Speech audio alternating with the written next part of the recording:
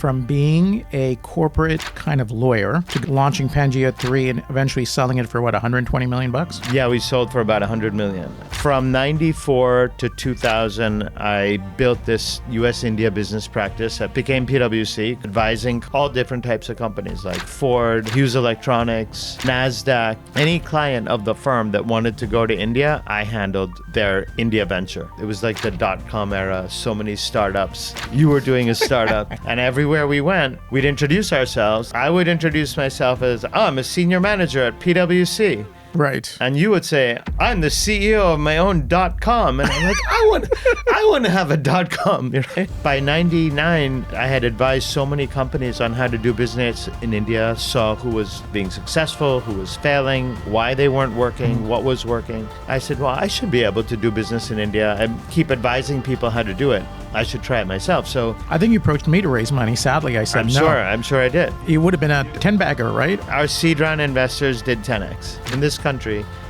85% of employment lawyers represent companies, not employees. And of the 15% that do represent employees, they mostly want the big cases, like a wrongful termination case or a whistleblower case that's worth several $100,000. That's why I decided to start this business called Fair Play Law to help employees negotiate and get what's fair on either side going in and coming out.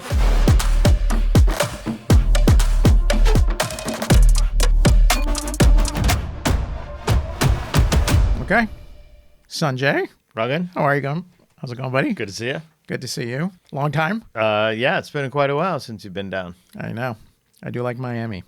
So I thought maybe we could start by maybe the story of how we met, which is, what, 1994? Seems like Yes, 94 at Bombay Palace in Midtown Manhattan. That's right. We were both looking for girls at an Indian networking party called NetUp, Network of Indian Professionals. Network of Indian Professionals. Yeah. Yeah, I think I was at the bar getting a drink, and that's where we met. I was licking my wounds as well after rejection after rejection after rejection, which is kind of the way it feels to be an entrepreneur. Yes, it looking does. for capital. Yes, it happens. Right. So that was 1994.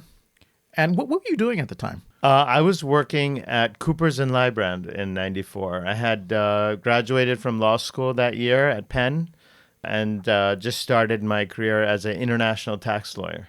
My alma mater. We crossed That's paths, right. but we never were at met. Penn. We were at Penn at the same time while I was at the law school. You were an undergrad? I was right? an undergrad. Yeah.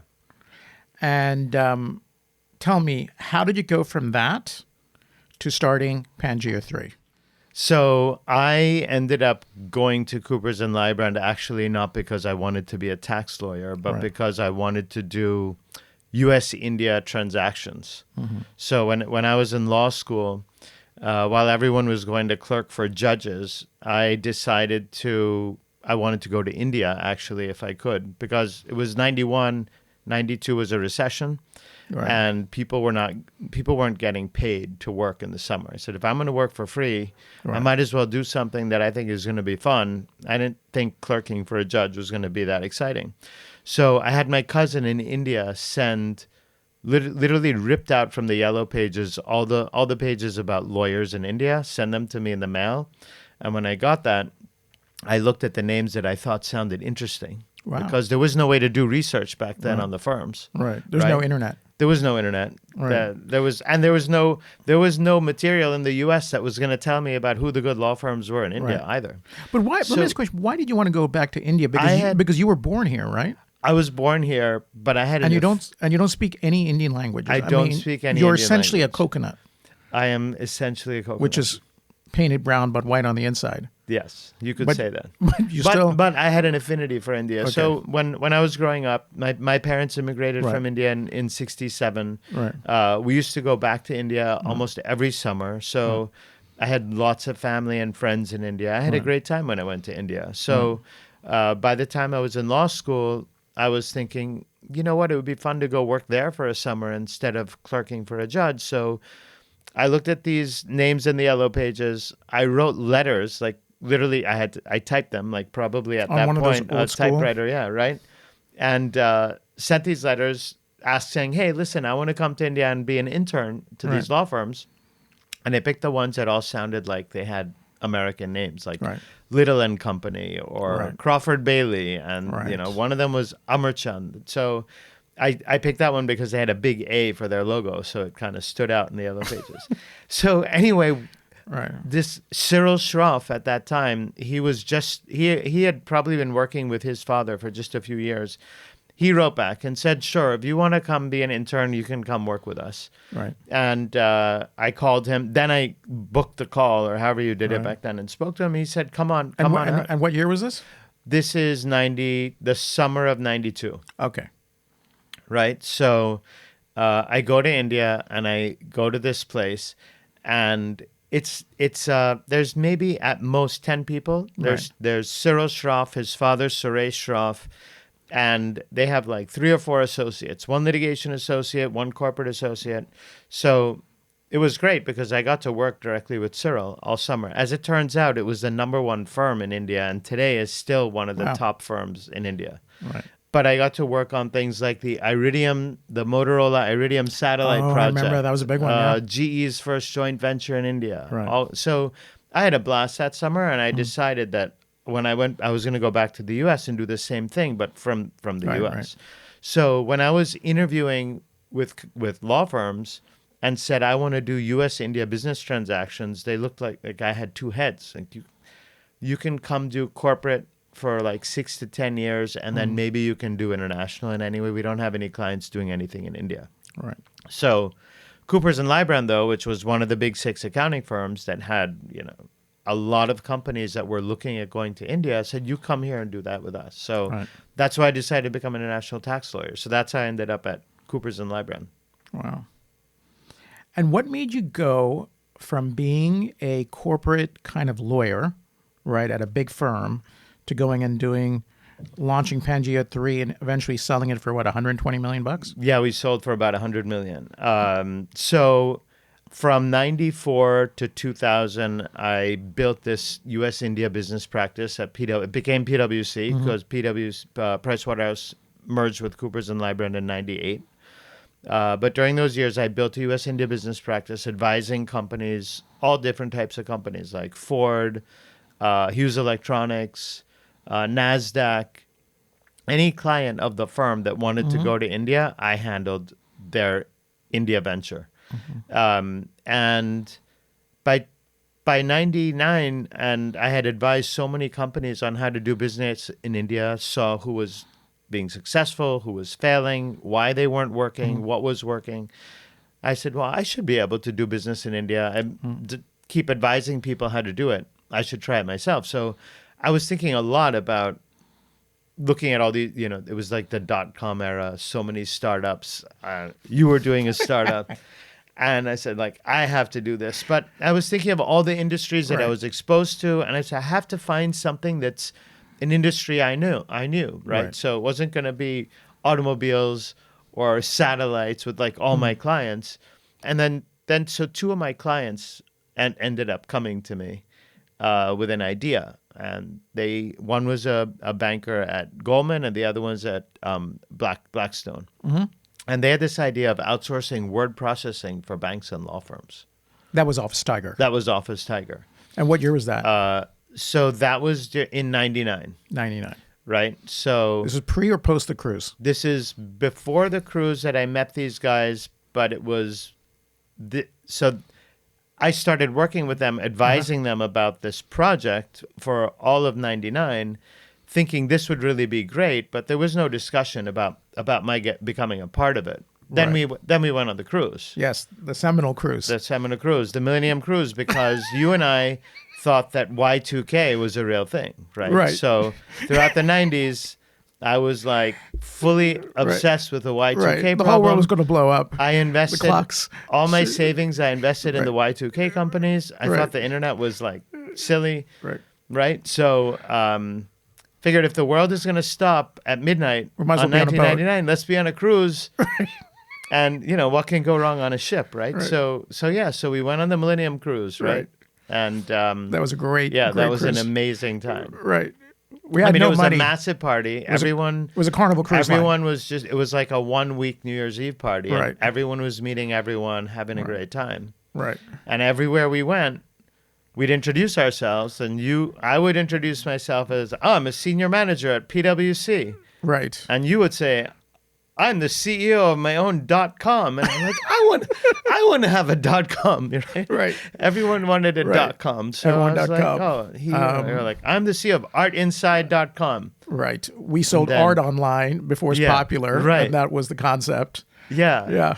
So I said, when I get back, I am doing a startup. Dude, you should have given me some equity, man. Right. I feel like I was the kick in the ass Right. that got you doing it. So okay, so after the cruise, So we get back, back. and literally within 1 or 2 weeks, Randy Altschuler and Joe Siegelman, the co-CEOs, said, "Look, we really would love you if you would join us, right, be our CFO and general counsel, and be like a co-founder, be part of the founding management team." So I said yes. Like I just said, I knew I wanted to do it. It was a perfect for me because it was all about documents, right, and we were going to outsource documentation for lawyers from India. I was like, what could be a better fit for me to do my first startup? So I did it. And how much did you raise initially? We raised $6 million. This is great. We raised $6 million on a PowerPoint presentation Wow, in 2000. Are you serious? Yeah. Pre-seed, no revenues. No, a book. We just had a PowerPoint presentation. It's like 2021 multiples. Yeah, Good right. for you. Yeah. So it was great. It was fantastic. So so that business was great. But as I was going back and forth and spending time in India, looking at what we were able to do in terms of word processing for lawyers, it occurred to me that if we could do that, we should be able to hire lawyers and do actual legal work in India. Right. It wasn't a fit for the company. Now- and so Now, if I recall, you were the COO. I was a CFO and general counsel. General counsel right? of Office Tiger. Right. And at the time, how big did Office Tiger get in terms of either people or revenues? So by 2000, Valuation? I think that by 2004, we were probably at about 2,000. I think we were my God. probably about 2,000 people. And at that time, I really had this, I was sure that you could do lawyers from India. Right. The company, Because you're moving up the value chain, right? well, just because I'm a lawyer and I had an affinity for doing legal, it wasn't a good fit for the company because no one at the time believed that legal was scalable the way word processing and data processing. At the time, the big business for Office Tiger was financial print. So Right. Edgarization, when you publish all the Yep. financial statements online with Edgar, the volume and the scalability of that was enormous. We had thousands of people doing that kind of work. The idea that you could have even 20 people doing legal work for a company from India seemed far-fetched. So that was not something the company wanted to do. So I was able to separate from the company. Right. And I was living in Chennai actually in 2003 for the business. When I came back, I started thinking about how I was going to separate. And I spoke to my best friend from law school, David Perla, who was the general counsel of Monster at the time. Mm-hmm. He thought it was a great idea. So we decided to partner up, and we started Pangia 3, and the plan was to outsource lawyers from India for legal counsel And what year is in-house this? counsel and law firms in the U.S. And what year is this? This is 2004. 2004. Okay. And how much do you raise? How big is the company when you start? So in What's the 2004, we spent several months like doing our Right. plan, coming up with what are we going to do first, second, third. So by the end of 2004, we start raising money. Our plan was to raise $1.5 million for our seed round. So we started raising money. Then we went to India and we decided let's hire our first group of 15 people. Let's go to India. Let's interview people. Let's give them offers, but let's give them offers for a start date after we raise money. Wow. Okay. So we went in October of 2004. I think you approached me to raise money. Sadly, I said I'm no. sure I did. Yeah. So Because you would have been a 10 bagger, right? Or our First round? seed round investors did 10x. okay, nice. Yeah. Nice. So we interviewed about 150 people. We gave out 20 offers. 15 said yes for February 1st. We came back. We finished raising the round. Then I went back on February 1st and opened up the first office. Those people came to work and we started. Yeah. And then take me through the progression. So when we started, we thought that we would outsource legal research and drafting like litigation briefs for law firms. And we were wrong. No one wanted that. No lawyer at a law firm thought it was a good idea to outsource their research and motions and brief writing to our team in India. So we did that for a while, but we were not growing and we were not winning any clients. But we did a lot of PR, and we got we made ourselves look a lot bigger than we actually were, and we started getting inbound calls from companies like America Online, Yahoo. Right. Both of those became clients in very early 2005 to do things like drafting their NDAs, or we did patent analytics and patent prosecution work for Yahoo. But it wasn't really scaling, right? So we had kept with our 15 people for a while, and then we kind of stumbled into something called e-discovery. Yes, which is very familiar with that. looking for evidence in a case through documents. Right. It was not an area that I knew much about at the time, being an international tax lawyer. I loved contracts. I thought, let's draft contracts in India, which was going to be really fun to teach people how to draft contracts. But the big thing was finding evidence in documents for these litigation cases, which is called e-discovery. So we got our first case to do that. And what year is this? This is in 2005. Okay. And suddenly we needed 20 more people to do this, and we had to do it overnight. So our one of our attorneys was also doubling as our head of HR when we were only 15 people. Over the weekend, she brought in 20 people. Oh, my goodness. Right? So this happened like Thursday, Friday. By Monday, we had 20 new attorneys. So now we went from 15 to 35 people. And our head of litigation came over from the U.S. His name is Dan Savitt. He's now at Coinbase. So he comes and he teaches these 15 people, what is e-discovery? What is the process? What are you going to do? What is this case all about? The case was hilarious, actually. It was a case about this. It was a company that makes the pipes that take gas from the pipe at the street to your home, and it's like a flexible rubber pipe, and they had come up with a new pipe that was supposed to be less susceptible to lightning. The idea was that if lightning struck nearby the pipe, that it could explode. Right. It had never happened. But it was, in theory, it could happen. So they came up with a pipe that was less susceptible to explosion if there was a lightning strike. And so then the Plumber Association sued them to require them to change all the pipes at their cost, saying that you gave us a defective pipe. So if they had to pay what it costs in the U.S. to do the e-discovery, which was like $300, $400 an hour, they would have gone out of business, right? Right. It would have cost them over $1 million to do just the e-discovery work. We did it for $250,000. Right. And they were able to settle their case and continue as a company because we did that. And then we knew that this was really the business we had to be in. And within, I would say by 2006, we were 150 people, and 80% of our work was e-discovery.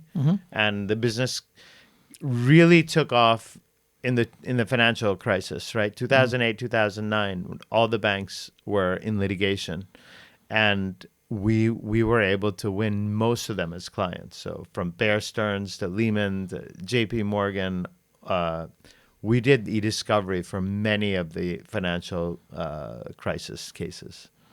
And what was the peak in terms of headcount?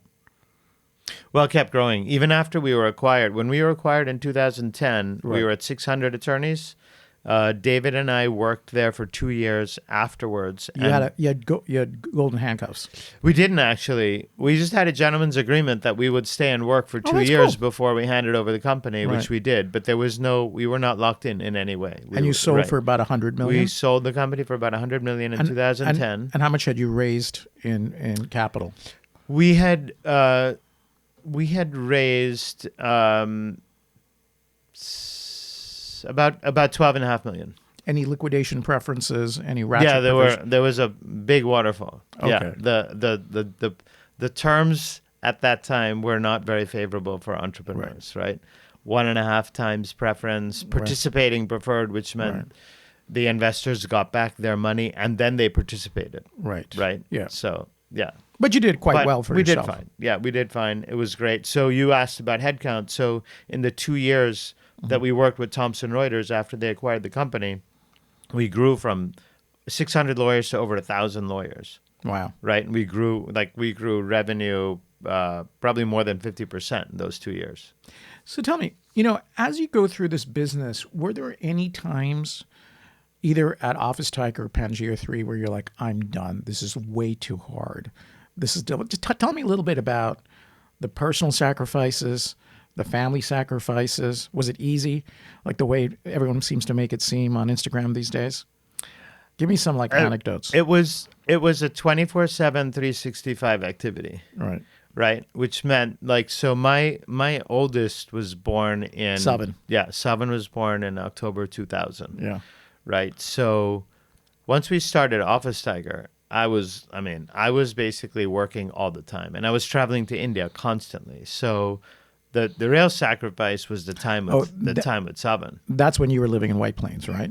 No, I had moved to Long Island for Long 1 Island. year. So Yeah, I had sorry. moved Long to Long Island. Island Right. in 2003 From the city. we had our daughter. Yeah, right. And Malini, and it was after that Right. that was when we started Pangia 3. And how many hours a week were you working? No, you were always on, Just right? always and on. also with people working in India, You can't and stop. clients in the U.S. Can't stop. You're talking to people in India at night, early in the morning. You're Right. talking to clients during the day. So yes, you sleep, but it's literally a 24/7, always on. And even because we were serving clients, India was always on. We had our people working we didn't do shifts because lawyers in India aren't going to do a night shift. Plus you had the frat house. But they worked a professional. What do you mean we had a frat house? Didn't you have like a little apartment complex? There or, was an apartment. The way we corporate, expanded in right? India was we kept adding little offices. So our Right. first office, there was 1,200, 2 offices that were 600 square feet each Right. in a building called Maker Chambers 5 in Nariman Point. And as that day that we needed 20 more people, we didn't have 20 more seats. So we were able to find someone else in the building to rent us their 600 square foot office Right. for the new group. And then every time we got new clients and kept needing to grow, we'd add an office. So at some point in that building, we had 6 different little offices on different floors. So our people were going up and down all Right. the different floors. It was actually comedy, to see people moving around from office to office, always in the elevator, right? And then we moved out. Then we actually added another facility that was about 150 seats. So we had both Nariman Point, and then we moved or added the Churchgate space in Mumbai. And then the big move we made was we went out to the suburbs and rented 30,000 square feet. Wow. Do you regret selling Pangia 3? You and I have talked about this before. You feel like you sold too early? I think we sold early. Right. I think that had we held on and kept building the business, I think we would have built a much bigger company that would have sustained and kept growing for the long haul. And a lot of the companies in this space, many who started after we did, have continued to grow over time. But at the time, what had happened was some of our early investors had lost a lot of money in 2008, Right. and they saw that we were successful, and they wanted us to sell so that they could, I see. have an exit. David and I did not want to sell, Right. but we agreed that if we could get a particular number. And we said, look, if we can sell this business for $100 million, we'll sell. But otherwise, we're going to raise money and we're going to grow it. Right. You know what somebody said to me, Sanjay, that I thought was really interesting? When you put somebody on your cap table, you're essentially imbuing the company with their psychic energy. So you inherit all their worries, all their stressors. You have to be very diligent and careful as to who you put on the cap table. I guess it depends how much equity they own, right? Right. So if it's a big stake with someone on your board, then yeah, that's absolutely true, right? Did you find your board pretty difficult? No, our board was excellent. We had Ambassador Frank Wisner on our board. Oh, okay. We had Brad Hildebrandt, which was one of the most well-known, highly reputed legal industry experts on our board. And then the lead from our Series B round was Larry Grave, who in the 80s ran his own firm called Sullivan, Grave and Carabell. So he was an M&A lawyer. He really knew the legal industry, was a fantastic lawyer. So he was great on the board. And it was David and I, and then Sumir Chadha from Sequoia Capital, who did our C round. Oh, Sequoia. Yeah. Oh, that's impressive. Right. So the board was great. They were terrific. And during the financial crisis, Sequoia came to India and did this presentation, which is famous. It's like still online, this presentation. They did one in San Francisco and one in Mumbai. And they basically told all their portfolio companies, get profitable or go home. Oh, I remember that. They said, listen, if you're not profitable by January or February or whatever it is, we're not supporting you. We're only supporting the companies that can get cash flow positive, because everyone else is going to be in the toilet, literally. And they had really crazy graphics on their presentation about what was going to happen. Because they were showing what happened in the dot-com bubble and what happened in 2000. They said, we're in the same place in 2008, and we know what we're doing with this. And so if you're not cash flow positive, we're not supporting you. At that time, we were losing $300,000. We were burning $300,000 a month. Wow. And this presentation was August of, I think it was August 2008. And we were burning $300,000. And I went back after this presentation. I called David. I said, we're going to figure out how in 1 month we are going to get to cash flow positive. And he had been pushing me all year to figure out how to cut spend in India. And if we ever had heated discussions, it was about that. Right. But after we saw this presentation from Sequoia, we got religion overnight. And literally within 90 days, we were cash flow positive. Wow. We cut the company down by 30%. Headcount and real estate. Right. We got out of real estate. We dropped headcount, and we dialed it back and got to cash flow positive literally in 90 days. Oh. So what do you think makes you either a good entrepreneur or a bad entrepreneur? Like, what are your qualities that makes you... I think different styles work. Right. For me, it was consensus building. So, the way I ran my management team on the operations side was building consensus with all of my reports. There were not too many times where I said, okay, I understand you don't agree with what I'm saying, but we're doing it anyway. Most of the time, I was able to win their support and then get them to be on board with what we were doing. And that was my style. It takes longer. Right. And there are a lot of people who are very successful don't do it that way, but it worked for me. Do you think, your wife actually wanted me to ask you a bunch of questions. Okay. Vicky. She wanted to know why you think you look like George Clooney. Where did that come from? So I don't think I look like George Clooney. Vicky thinks I look like George Clooney. But that seems to be going around all your friends at all the birthday parties. Well, that's because Vicky tells everyone I look like George Clooney. But do you share any qualities with George? It's some of the funny things about this is like, one time we were in London Heathrow, right, and we're in a store, and Vicky wanted to buy like a Hermes bag or something. Right. And the woman behind the counter was like, has anyone ever told you look like George Clooney? I'm like, she told you to say that because she wants the bag. Because I've been hearing that for 20 years. Yeah. And I can't see it. But look, I'm fine with Vicky thinking I look like George Clooney. Okay. Yeah. Good. I don't see it, but okay. God bless. Any qualities you share with George? Not that I know of. Okay. Not that I know of. And one of the other questions she wanted me to ask you is, what do you think about when you go to sleep at night? So, honestly, when I go to sleep at night, I try not to think about anything because that's the best way to fall asleep. Which Right. I learned from learning meditation, which she pushed me to do Right. probably several years ago. And you meditate every And day? I try to. Right. It doesn't happen every day, but I do try the 20 minutes meditation. And how do you meditate? With sitting up, lying down? Sitting. Yeah, Sitting, In fact, now lotus- I do my meditation now in the sauna after the gym. Okay. Right. Oh, okay. So Music, no music? sometimes with like music and Mantra? sometimes with not. Like it's like Asian Right. like meditation Right. sound. It's Yeah. there's no Not a lyrics. specific frequency or something? No, nothing Okay. like that. So I try to do that. But if I end up thinking about things that I Right. should have done or I need to do, I'm like over 50, right? So I send myself an email. Right. So I literally pull up my phone, I send myself an email about whatever it is, and then it gets it out of my head, right? So like, Right. okay, I know I told myself about this, so I'm not going to think about it anymore. And then that's it. Right. I don't think about other things going to sleep. The other question, I'll have to check my notes, was do you think being a nice guy, because you're a very nice guy, Well, thank you for saying that. But yeah. has affected your ability to conduct business? Are you too nice?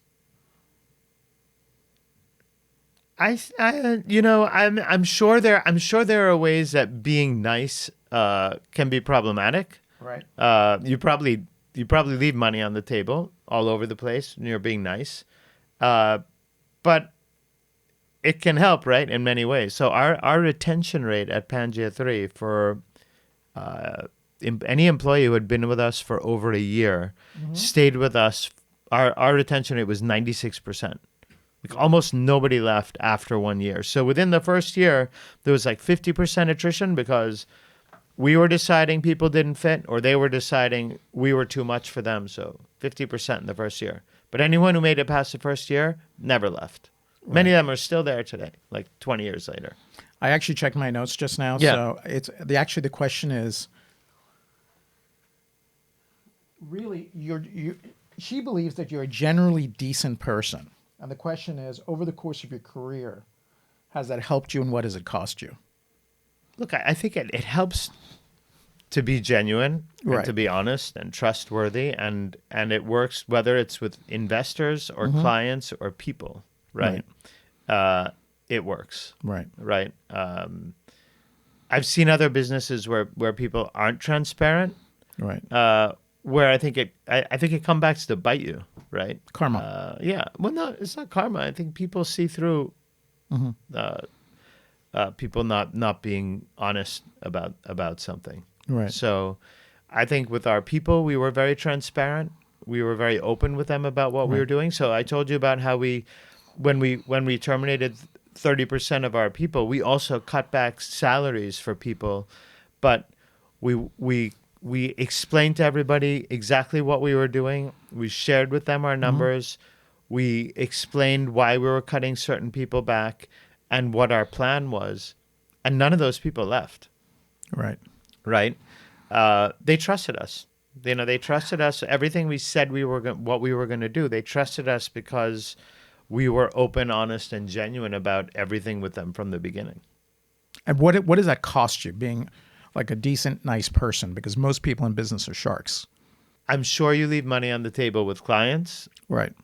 I'm sure you maybe pay more people when you maybe you didn't need to. You probably pay more bonus money out. Right. But who's to say that hurt you? You don't know what would have happened if you didn't do that. Yeah. Right. So one doesn't know if that actually hurt you or if it helped you. I mean, the one thing that I will forever be grateful for, and one of the reasons I wanted to do this podcast is I was in a bit of a pickle myself. Yeah, that was a little pickle. There was a little pickle. Yeah. It was 2013. I'd just been arrested for insider trading. I was handcuffed voluntarily, came back voluntarily from Brazil. Big American white guy, met me at the airport, tried to get into my head, handcuffed me, did the perp walk. And I had to spend a night in jail, which, was not very fun. And that was in New York? That was in New York. It was an ICE jail. And I had talk about it in episode 1. Yeah, But you right. know, I told you about the Yes. guy, my gel mate who said I looked like a woman in a dress when I was wearing the yellow jumpsuit and I couldn't sleep a wink. And I was just thinking to myself, I just got to scream really loud. You know, I'm a decent enough fighter, but I just got to scream. How loud do I scream? You know, I couldn't sleep a wink. And, you know, being in jail was not kind of terrifying, you know, not fun. And so I had to make bond. And, you know, everyone assumes because my last name is Rajaratnam and my brother's a billionaire, right? Or maybe multi-billionaire now, that I must have all this money lying around. Right. But unfortunately, a lot of it was in deferred fees at Galleon. Mm-hmm. Right. And let's just say there's a dispute and those fees are no longer there. Yeah. And so I had to put up, they wanted $1 million bond. I had to liquidate my 401k, right? Which sucked because it's a taxable event. Right. I put up $500,000, but they needed by federal law, you need 2 co-signers, right? Right. In addition to you. And because I put up the money, there wasn't really a lot of risk. I mean, the risk was if I had fled the country, which would have been insane because I just voluntarily came back because my lawyer in Brazil said conspiracy to commit insider trading is a non-extraditable offense, so don't go back. But of course, then I would have been like a fugitive. You know what was shocking is, and disappointing, is literally nobody would sign my bond, Sanjay. Like nobody was signing. I was going through emails this morning in prep for our and I was getting like emotional. Yeah. There's this email I sent to my one brother, who the only one I talked to in my family, who's like, I'm scared. Like I am scared, you know, because I don't want to go back, right? Because, you know, listen, jail doesn't scare me, but fighting from jail, right? Right. You know, as a lawyer, Yeah. right? Not access to, you know, LexisNexis, you know, all the tools that you need. Right. Meant that, especially with Preet Bharara being whatever it was, 85 and 0, 86 and 0, like I was like, I'll never win. And I'm going to read you this email actually. Okay. Okay. This was what my lawyer sent. This is what he said. This is a part of it, and maybe we'll put the email on. This is an email my lawyer wrote to my family. Okay. Okay. As you know, he was living in Brazil for the past year, and at a moment's notice dropped everything to voluntarily come back and answer these charges, even subjecting himself to an unnecessary 24 hours in jail. He was not going anywhere because he wants to clear his name. As Rengan's attorney, I'm advocating for him, and I'm obviously biased in favor of him. What I can tell you is that I find Rengan to be a dedicated individual, and in this context, he has a single-minded determination to clear his name. That said, Rengan is your sibling. He needs your help, and he only needs 2 people to sign. I literally could not get anyone in my family to sign. My 2 sisters, born-again Christians, right? Tithe, pray, all the bit. Yeah. Excuses. One sister hung up on me, right? Nobody wanted to help. All my hedge fund friends, all my Stanford Business School friends, all my Wharton friends, nobody wanted to sign. And you and I hadn't spoken. Oh, man, I'm sorry. You and I hadn't spoken in a few years. And I called you up and I said, would you sign my bond? And you said, can I talk to Vicky? Right? Talk to your board. Mm-hmm. And you said, no problem. You called me back in 2 hours. Tell me, what made you do that when everyone else said no? You know, you went to your board, right? Yes. They probably thought you were crazy. They thought it was a bad idea. A bad idea because Rajaratnam was Right. the biggest insider trading case. What is it in you that makes you? I've noticed about you for a long time, but there's a certain integrity, right? CEO of a company that's worth $100 million at the time, or what made you say yes? So I guess there's a couple sides to this. So one, you and I were best friends. Yeah. Right. But we hadn't talked. We hadn't talked, but in that's years. okay. I mean, we were super close, right? And at that point, like it was almost 20 years, right? That Yeah. we had been really good friends. And I trusted you, like Right.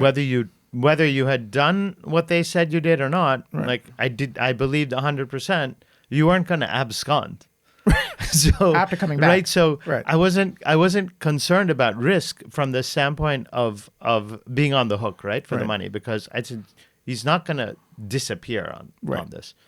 So You- you- then for a lot Yeah. of people it was a reputation. A lot Right. of people saw a reputation risk, especially people probably in the banking industry or whatever, right? Right. But as a lawyer, I'm thinking, well, the whole idea about being a lawyer is people deserve a chance to be represented and defend themselves. Right. And just because you decide to help someone who's trying to defend themselves doesn't somehow make you associated with what they did. Right. So why should signing your bond as a guarantor Right. taint me any more than the attorney defending you? Right? So even though my board thought that it was a reputational risk, Right. and other people thought it might be a professional risk, I just didn't see it. I just didn't see it that way. And so that's why I decided very quickly. I said, yeah, I'm doing it. Yeah, I wish I had those Right. emails, but I'm obviously I'm super grateful to you because that would have been, and then you also volunteered to testify at my trial. Yes. Tell me what that was like. So was your lawyer's name Vinu? Varghese?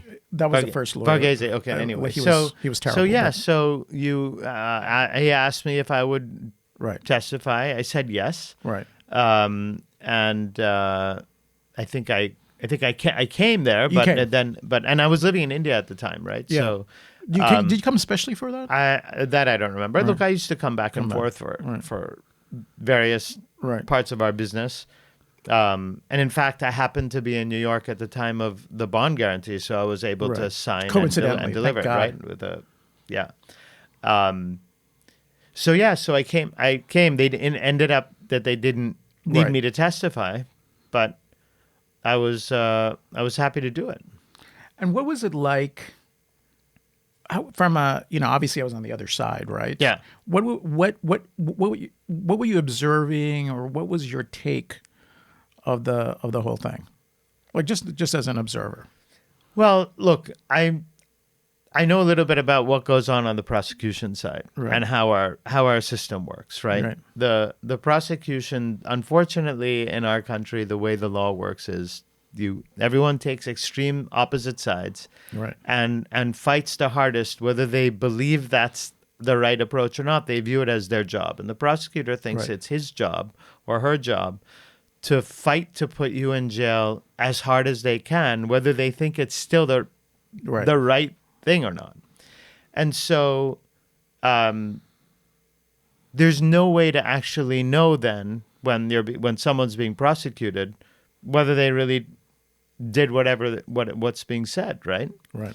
So I mean, in my mind, it made all the sense in the world to come in and provide the support. I appreciate it. And no, it was amazing. And then we actually used Pangea 3 for e-discovery. Yes. Because yeah. I was running out of cash. Right. And Galleon refused to advance my legal fees. So I was literally facing bankruptcy. Yes. So our Pangea 3 e-discovery team did the Amazing document job. review. Yeah. I remember that. Yeah. No, that was great, man. So do you remember, have you read any James Clavell? No, I You have should. not. There's a series of books. There's a particular one I'd recommend called Taipan. And it's about these families in kind of Hong Kong and China, right?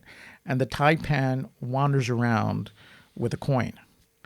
And this coin is like a symbol of loyalty. It's like a favor. Okay. Do you remember, like in India, you used to read those books with the boons? Like a god would give somebody a boon. Oh, yeah. Like a Yes. freebie, like a mulligan, right? Right. Right. You could trade it in for anything. So, when I was in San Francisco, we had this concept called the Joker card. Okay. Okay. So if you did something above and beyond for somebody, you would get a Joker card. Okay. And the Joker card could be converted into anything you wanted. I'll give you an example, right? Do you remember Art Inside? Yes. Yeah. Okay. So we had raised a bunch of money, right? $3 million. Right. NASDAQ fell out March 2000. Couldn't Right. raise anything, had to downsize. And, my brother had put in $1 million.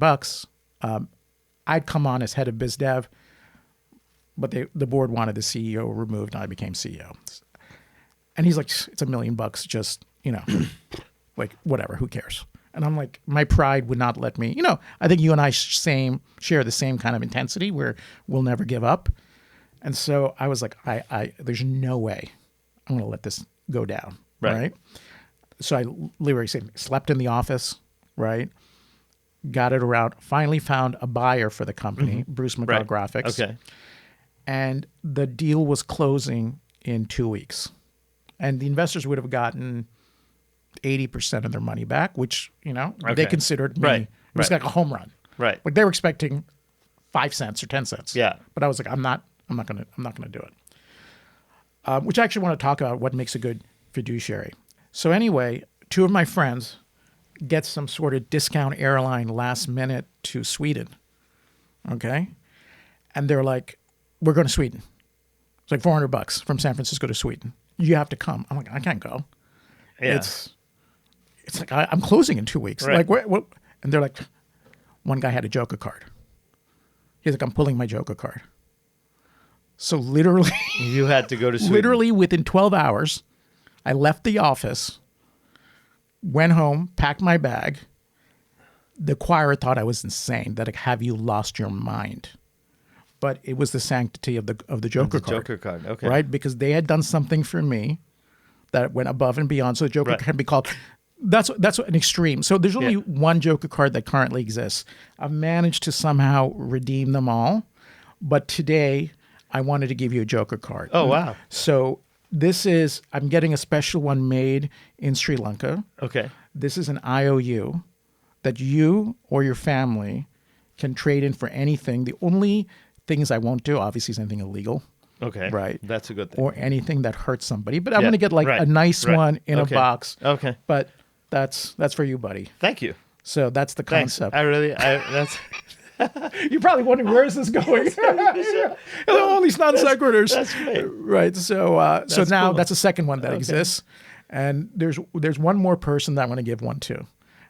Greg Well, I shouldn't say his name, but he also volunteered to testify at my trial, despite his investment bank saying no. He was like, I have to do it. But anyway, that was the. But thank you, man. I appreciate you, brother. You are a good man. You're a good man. What do you think about being a brown guy in America? Right? Yeah. Like you came here in 1967. Oh, sorry. I was your born in parents- 69. 69. Born in 69. Yeah. What was that like? Being a nice guy? I'll tell you. a union guy? So one of my earliest memories is like when I was like 6 years old going to school on a school bus. I went to Ogis Elementary in North Miami, right? Public school in North Miami. And it's like this square concrete building, as public schools are, right? But they had this canteen every day, like, where you could go out and buy candy or whatever at the break. And my mother had given me 15 cents to buy candy at the canteen. So like that day, like I had a dime and a nickel, and I'm on the bus, and I'm like just thinking about the canteen the whole ride, and all through whatever the morning classes were until the canteen. So time for canteen. You get to go out on the deck, on like the slab of the second floor, which is the outdoor space, but still you're in the concrete structure. So I go out. I go to the canteen to get I wanted the candy necklace. Do you know do you remember the necklaces that you wear and you can eat them all day? That was an whatever, innovation. Right? I like the candy necklace. That's what I wanted. And so I go. I buy the candy necklace, put it on.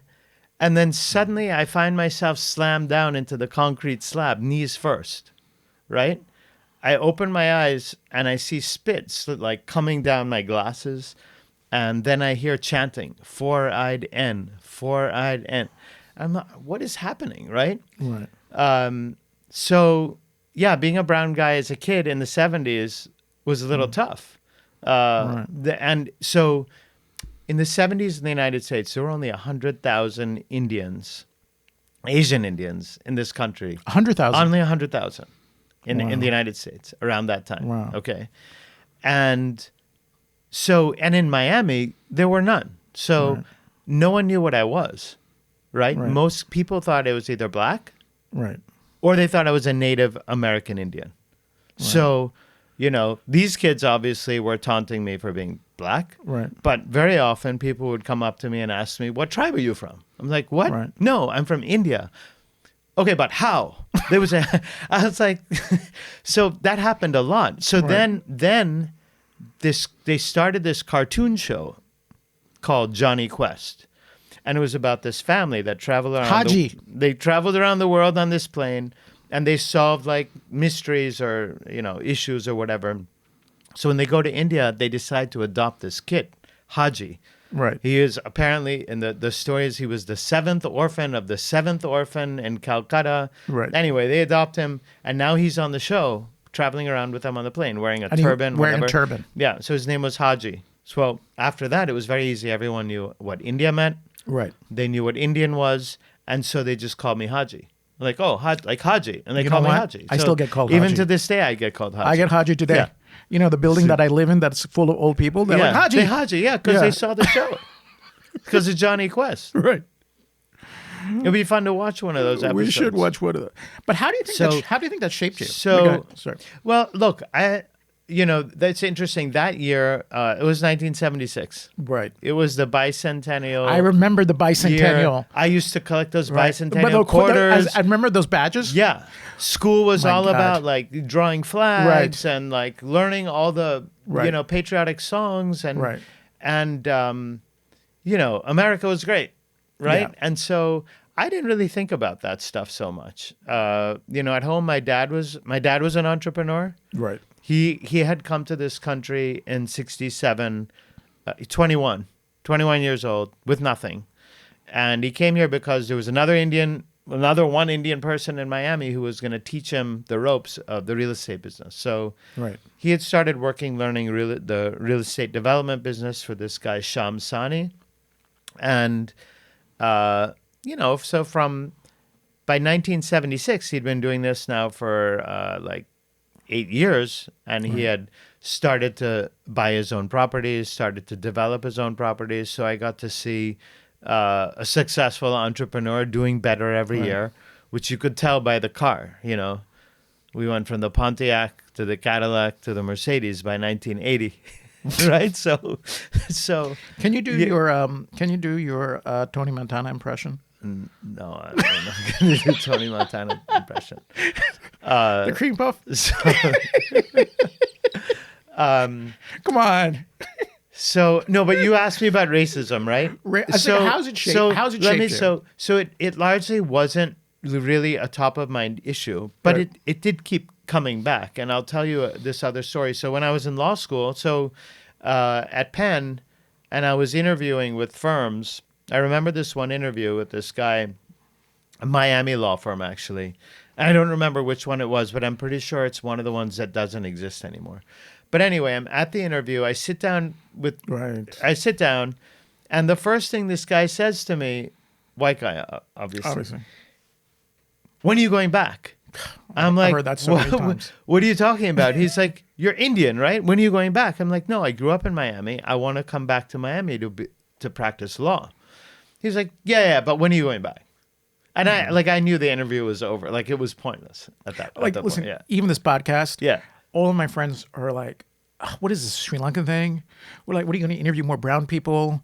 First I did it as a hobby. I'm not sure where it's going. Right. But now I'm like, I got to find some white guys or white women. Like I don't want people thinking I'm just, all I'm doing is like a Right. brown. Well, this isn't going to help.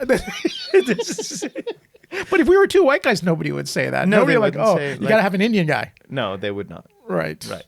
How do you think has that made you tougher or more resilient?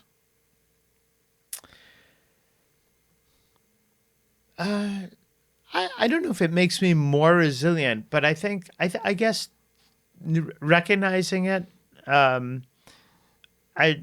it's possibly that it led me more towards entrepreneurship. Like, to the extent you believe there are barriers Right. in the workplace, Because you don't want to take shit from anyone. if you believe Yeah. that there are barriers in the work, and there are. Look, Right. there's definitely barriers in the workplace for brown people. Maybe not all workplaces, but Right. often. And even if it isn't the entire enterprise, it's definitely there with some people and not with others. One way around that is start your own business. Right. Right. So, Which is why Indians Indians are the what I highest did. per Did I capita. do it because of that? No, but it was maybe part of the calculus. Could be. So tell me, Sanjay, if you had to, I mean, do you ever sit here and think, why am I still grinding every day? I mean, you're very successful.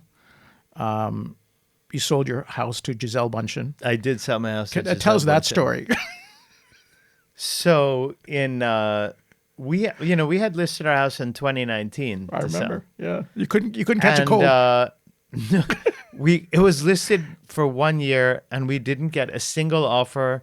In We fact- actually got one offer for like 20% below what we paid for the house. I remember, yeah. And we were talking Right? about whether you should sell it. And they were like, "Forget it. I'm staying in the Right. The house is great. We're just going to stay in the house." It's on Right. the water. Yeah, it's it's in beautiful. Surfside. It's great. We're like, we're just you going have to a stay in boat. the house. It's This nice. is ridiculous. We're Right. not selling the house. Then that was 2019. Right. Then COVID happens, and now the house is paradise because we're on the water. We can go paddle boarding. We have our space. We can do whatever we want. We don't have so. Then by the summer of 2020, I start getting FedEx letters from people in the country. Will you sell your house? Right. Like, unsolicited. A guy from Kentucky, a guy from Right. Indiana. Like, will you sell your house? I'd speak to these people. I'm like, oh, I would sell my house for this much. And they're like, you're crazy. Right. And Right. then brokers started showing up. Unannounced. Will you list? Yeah. No, I'm not listing my house. Like, would you sell it? Yeah, I would sell it. And I'd give them a number. Right. And then they'd come back like 2 or 3 months later and say, I have a buyer for you at your number. I said, but that's not the number anymore because the market has gone up in 3 months and Right. I have to buy something if I sell. So now this is my number. So this went on for like probably a good year and a half or so. I remember. And then one day, one of the brokers comes to me and says, okay, so what's the number now? I gave him the number. He says, if I give you that number, will you sell it? I'm like, yes, now. So he came to us with an offer literally for that number, and it was 3 times what we had paid for the house. I thought it was 4 times. No, 3 times. 3 times. Yeah. And you sold it. Yes, we sold it. Nice. Yeah. So we did that. And Gisele Bundchen now lives there. Gisele Bundchen now lives in the house. I mean, we didn't actually sell directly to her. We You sold sold it to to a the guy guy who who sold sold it, it to flipped her. it to her, but yeah. Yeah. So one of the things, from people looking in, Sanjay, because I've always felt this about you, you just seem to have the Midas touch, right? Like whatever you touch is successful. But I'm curious, what are the personal sacrifices that you made to get here? Besides, I know you talked a little bit about Savin and not getting time with him. Or conversely, what is it about you that's made you so successful? If you had to distill it and think about it, like if you were advising a young entrepreneur today, right? What kind of advice would you give them? What should they do? What should they focus on? How do they become a successful entrepreneur? So, I get asked one question I get asked by Right. young people, should I get a job? Right. I want to do a startup, particularly when I give talks on startups. Kids Right. kids in college want to do startups. And my advice to them is you should get a job first at a company that is well run, has good practices, and go to that company and don't worry about the thing that you're doing, Right. because it's probably going to be, maybe it'll be boring, mundane, routine, whatever it is, because they're probably doing you a favor by giving you an internship or a first job. Right. And whatever you're going to produce as a first year is not necessarily going to add tremendous value. And then for you, it's going to maybe be Right. not that interesting. But the benefit of doing a corporate job right out of college or going to a firm right out of law school, but for kids coming out of college in particular, is to see how the company works. Right. Like if you want to be an entrepreneur, go see how does HR work? How do they bring in revenue? How do Right. they treat their customers? How do people on a management team treat each other? How do they work through conflicts? Who gets promoted? Who gets fired? Why? How do all these things happen? And I would say 80% of the things I put in place at Pangia 3, I learned at PwC. I see. From the performance reviews to the way we So that dealt with structure helps. issues. And I learned, I remember, and you learn lessons on someone else's dollar too, right? So I remember in February of 2000, February of 96, I'm invited as an associate. I'm invited to go to a meeting at I guess like an investment bank called Rothschild in Manhattan. Oh, that's fancy. Like on Third Avenue. That building with the columns in front of it. Yeah. That's so it was in that fancy building. Yeah. So I was invited to come to this meeting, like 8 a.m. on a Monday morning in February of 1996. Right. It was a blizzard that morning. Mm-hmm. There was literally a blizzard in Manhattan that morning, and but I lived on 70 on Broadway, and it's not a big deal. There's X number of ways to get there. I gave myself maybe an extra 10 minutes because I had to make sure to get to the meeting on time, and I couldn't get a taxi. I couldn't get a bus. Because you're brown? It was just, there was ice everywhere. It was like ice. There were no taxis. Right. And I had, after spending the time trying to get a taxi and then maybe waiting for the bus, it became too late to then decide to get the subway to get there on time. Yeah. So I show up 20 minutes late. Right. I walk in, everyone else was in the meeting. Everyone else apparently gotten there on time. They were in full discussion. And I'm the second year associate walking in like 20 minutes late because of the weather. Did you say Indian Standard Time? But like I was never late again. Right. Right. And I'm glad I learned it there. Right. So that's the time to learn. That's the way to learn at a company. See how they work, see how they run, see how they treat you. How do they treat me? No one said a word. They knew that I knew that I screwed up. Right. They knew that I figured it out and that I probably wasn't ever going to be late again. No one said a word about it. Right.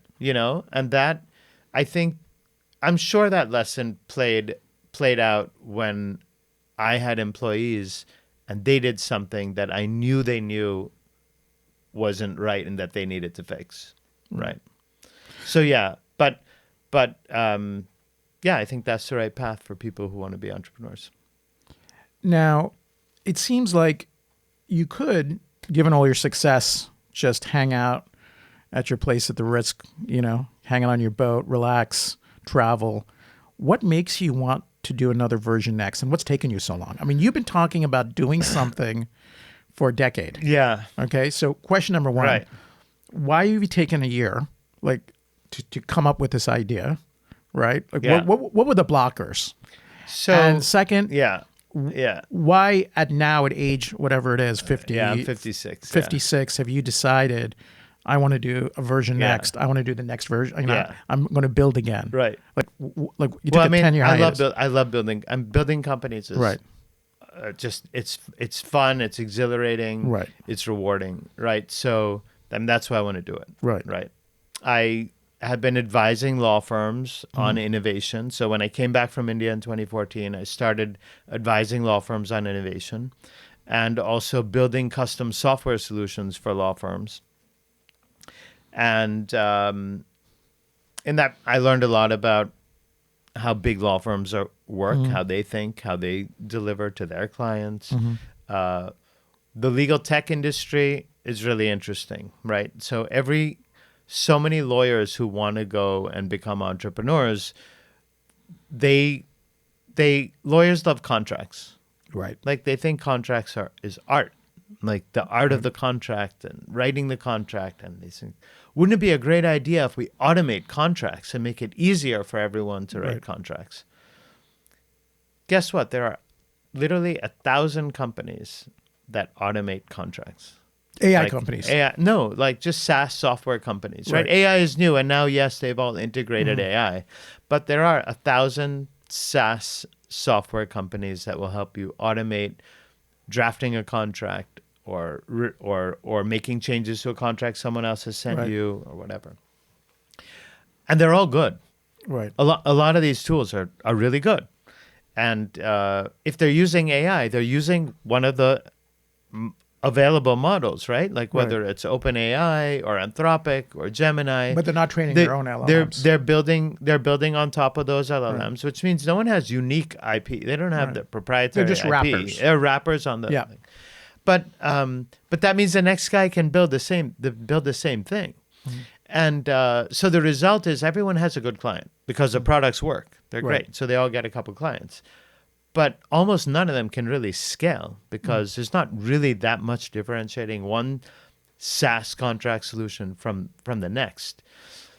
So what I realized over the last several years in this space is that I think the right model is bringing the talent together with the technology to deliver to the consumer a final product that includes the human expertise and the technology to make it a great product for a much better value because you're leveraging the technology to deliver it, but still have the expert lawyer hand-holding the client to make them feel that they can trust the work and not tell them, oh, here's a SaaS software, go do it yourself. Go to LegalZoom and get your own contract. Well, how do you know if is it right? Did I do it correct, and is it going to be fine, right? So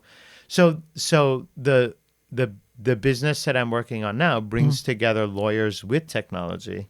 And the first thing we're doing is helping employees with their employment contracts. So people, whether they're negotiating or they've received an offer from a company and they have to understand what it means, what are they signing, what is the impact if they leave, or people who are separating, laid off, they quit, or they got fired.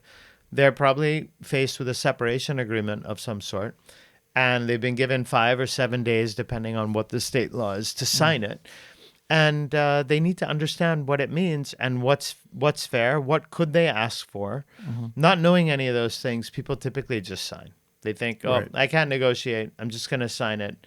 If they try to find a lawyer, what they find is almost no employment lawyer will represent them. So in this country, 85% of employment lawyers represent companies, not employees. Right. Oh, I didn't know that. Yeah. And of the 15% that do represent employees, they mostly want the big cases, like a wrongful termination case or a whistleblower case that's worth several $100,000. No one wants to represent a professional who makes 100,000, 200, 300,000 and help them negotiate their employment agreement or their separation agreement. And if you do find the one that will, it's $800 an hour, and they want 20% of the upside. Oh, wow. Right? Right. So part of the kind of the path to figuring this out or realizing this problem was several years ago, my aunt, who was editor of Time magazine, worked there her whole career, 30 years. When she turned 60, they decided to include her in a layoff. Oh, wow. Right? Because she's 60. Well, we don't know why. Right. But she's 60, and then you're in the layoff.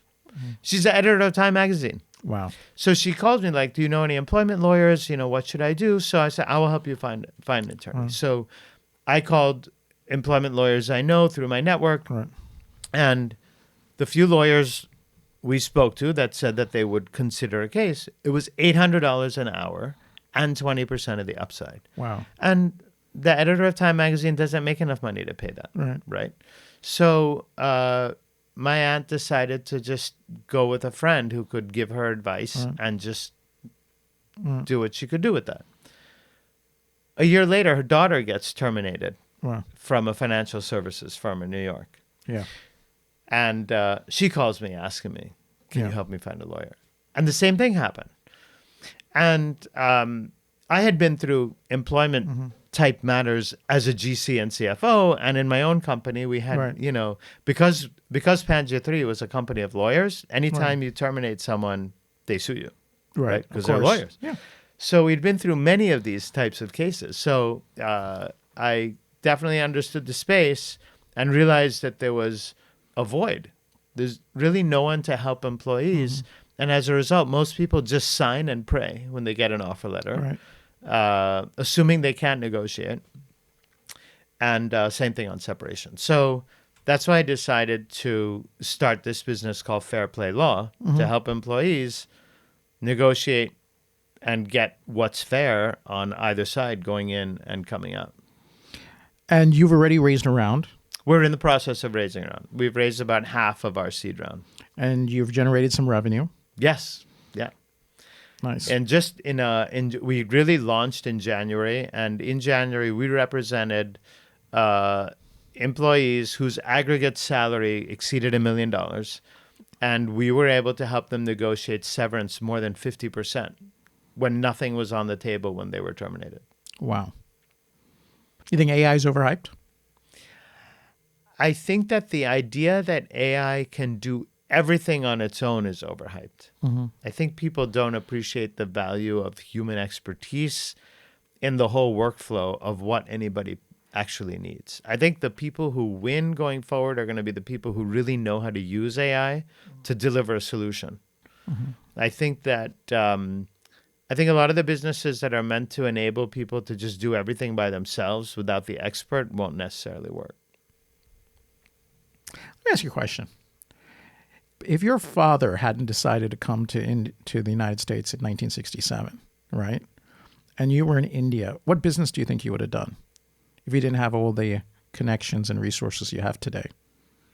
Let's say you were a middle-class Indian guy, right? Born to my parents, but born in India? I know your parents have some. I'll tell you. I'll tell you. Let's say you had to start from scratch, okay? Right? You know, middle class, living in Bombay, right? What would you do? I will speculate. Okay. Two things. So one is that on my father's side, Right. His father and probably for 3 generations on my dad's side were the men were lawyers, right? My dad's father was a lawyer. His father was a lawyer. I thought he was a developer. I thought he owned real estate. No. That's my mother's mother's father. side. Okay. Was in real estate. So, law was definitely was in the blood from that side, and so it's very possible that I could have still been driven towards a legal career. Right. But even my dad's father had become very entrepreneurial as an attorney. He used to go to Japan, and he was involved in international trade and different things. My mother's father, he was born in Sindh. My family's from Sindh, which is now Pakistan, but it was India at that time. In 1947, they all came to Mumbai because of the partition of India. Yep. So at that time, my mother's father was a postal clerk, right? But during the partition of India, the story is that he sort of realized that there was an arbitrage with selling homes that the Hindus had to leave in Pakistan to sell those homes to the Muslims who were coming from India, and then in Mumbai, selling homes of the Muslims Home swap. to the Hindus. Yeah, basically. So he became a real estate broker. Right. So when he came to Mumbai, he was basically a real estate broker. You know the Oberoi Hotel in South Mumbai? Yeah. He was the broker who sold that property that's to a the nice Oberoi. place.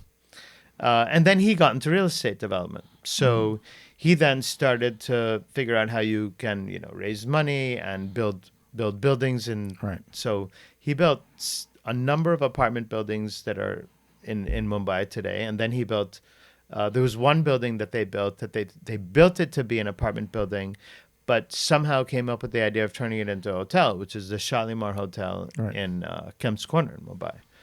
And then they built a hotel in Juhu Beach called Sun and Sand, which Sand, that's right. Yep. It became the first five-star hotel in India. Yeah. And it became the hotel where they filmed all the Bollywood movies. Right. So there was a thriving business happening, at that time. And there was the legal career of my dad's father. So what direction I would have gone on, gone into being born into that family, it could have been exactly the same thing. Right. I don't know. It sounds like you were born with Indian privilege. but self-made, right? Right. My grandfather, Right. my mother's father was a postal clerk. Right. Yeah. He grew Yeah. his He wrote this. whatever he had achieved by the time I was born. He had achieved completely on his own. And my dad's father, did it as a lawyer. Yeah. Tell me the story about some of the career trajectories, and if you can convert them into U.S. dollars, of the people that started at Pangia 3 and where they are today. Yeah, I love that. I That's love those stories. fantastic because when we started in 2005, we were also we were hiring as interns out of the law school. So we opened our office right across the street from the law school, which made it really easy for law students to come across and work for like half the day and then go back to law school. So we hired, and in India at the time, no one would give law students any kind of internship at all. So when we offered a paid internship, they were happy to work for. And how much would you pay them in dollars? $2,000 a year. And $2,000 a year. They loved it. Less so than at that $200 time, a month. At that time, the starting salary for a lawyer graduating from law school in India was about between $3,000 to $5,000 a year. Right. So when they were working part-time as interns, we were giving them between $1,000 to $2,000 a year. Right. And we were across from the government law college in Mumbai. And so because we were the only ones offering a salary to interns, we were getting the top of the class, like literally the top 10%. Right.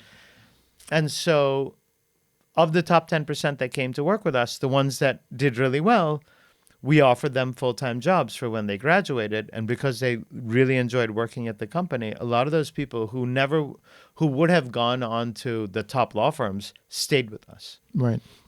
One of those guys, he was so good. We said, listen, he's like, I'm going to leave him, go to a law firm. He said, but I'm thinking of doing my LLM in the US. We said, apply for the LLM, we'll pay for the LLM. Okay. So he applies to Columbia, gets into the Columbia LLM program. We pay for the LLM. And then, and as it happens with programs like that, it was you work for us for 2 years after the LLM program, which he did. So today, he is an executive general counsel at a Fortune 500 company. And what's he making? He's probably making over $1 million a year. Goes from $200 a month to $1 million a year. That's There's probably at least 20 people who started like that today who are making anywhere from $500,000 to $1 million a year. From India here, who have come here, or even in India, who today are partners at EY, right? Because Thomson Reuters resold Pangia 3 to EY, right? So a number of those people are now partners at EY.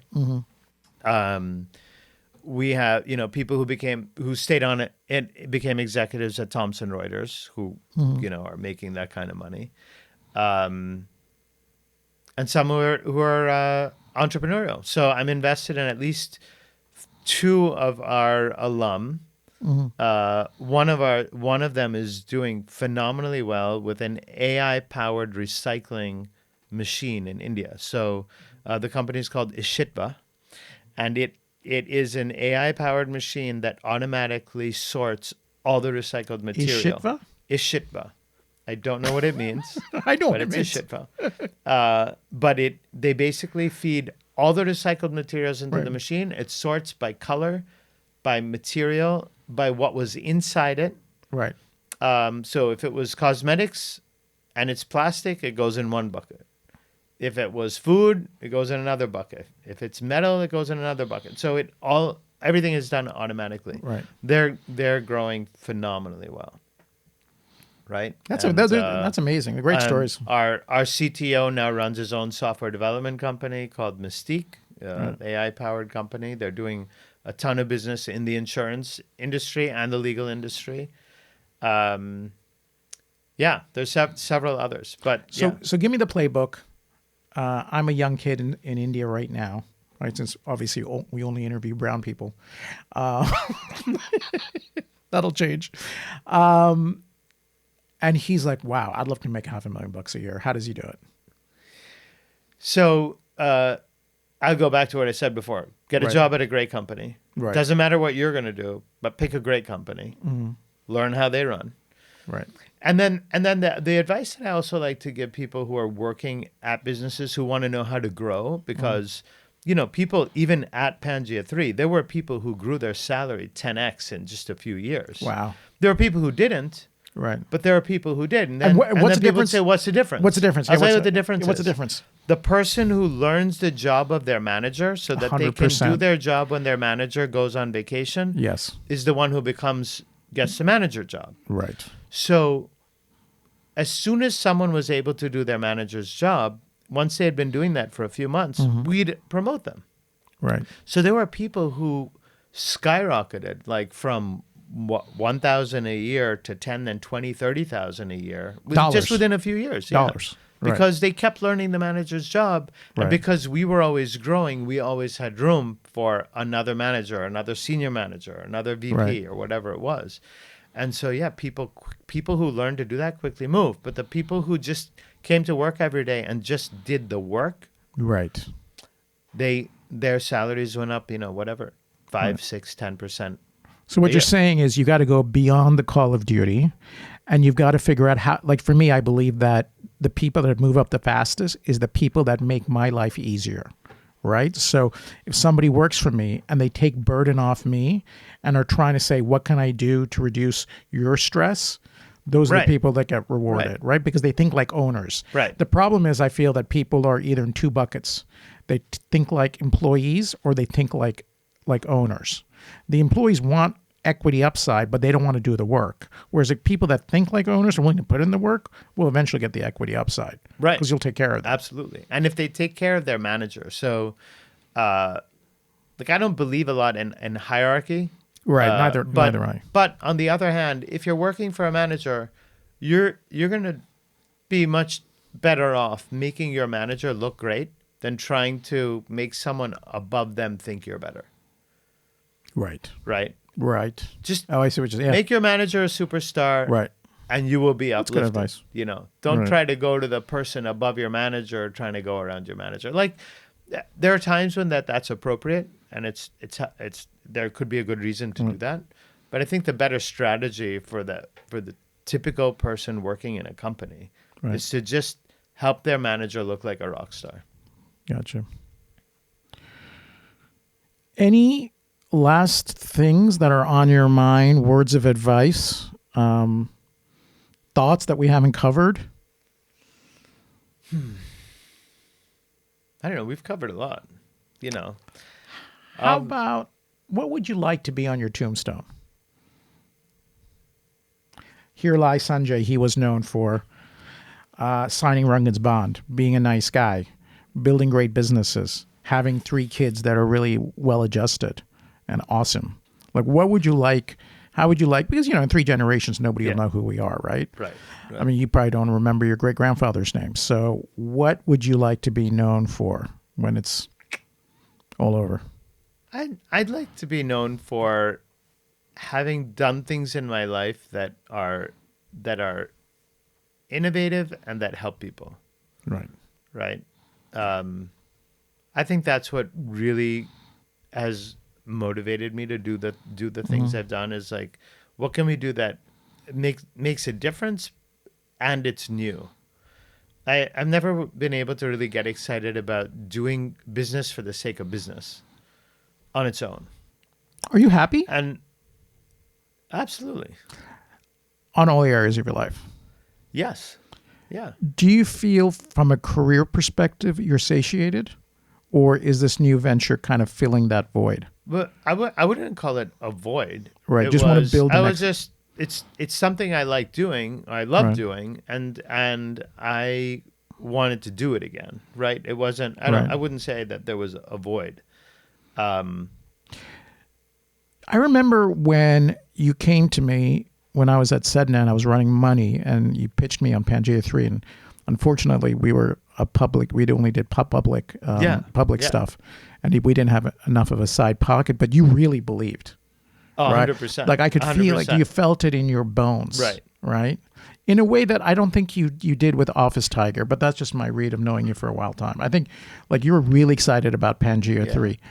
Oh, I believed in Office You Tiger as well? 100%. 100%? 100%. Do you feel the same way about fair play Yes, absolutely. in your bone? Absolutely, 100%. Because there is such a tremendous white space here. Right. There is there is no one serving this group. There's 65 million people in the United States who are employed making 70,000 or more. Right. They don't get legal advice because no one will give it to them. Because under a traditional law firm model, it doesn't make economic sense for anybody who's doing it the old way. And $500 to $800 an hour It's to insane. advise someone on a separation and not being able to tell them that we can help you. Here's how much we should be able to get. We're able to use data analytics and AI to instantly give someone a report Right. that tells them, look, here's what the market, here's how your documents rate on an employee favorability scale, and here's what's fair compared to what people in your That's right, area yeah. are getting. Great idea. Now, if you want to talk to a lawyer, we have the lawyer to help you, Right. and it's done for a fraction of what they would be paying if they went Right. to a lawyer. I mean, you were telling me that it cost somebody, if I can disclose, you got somebody several $100,000 more, right, in comp. No. Someone who had that kind of a compensation, who was being offered nothing when they were leaving. Yeah, it was a termination. Right. You got them an extra we were $250,000. able to get them about $300,000 Yeah. in separation money. And what did you charge that guy? $2,500. Wow, that's amazing, man. That's a pretty good ROI. It's exciting. Yeah. Wish you all the best. Anything else? This has been fantastic. It was a lot of fun. Yeah. Thank you very much. Man, I wish you. Yeah. I hope this is the next Pangia 3 times 10. So do I. So do I. All right, buddy. All right. Thanks, brother. I appreciate you.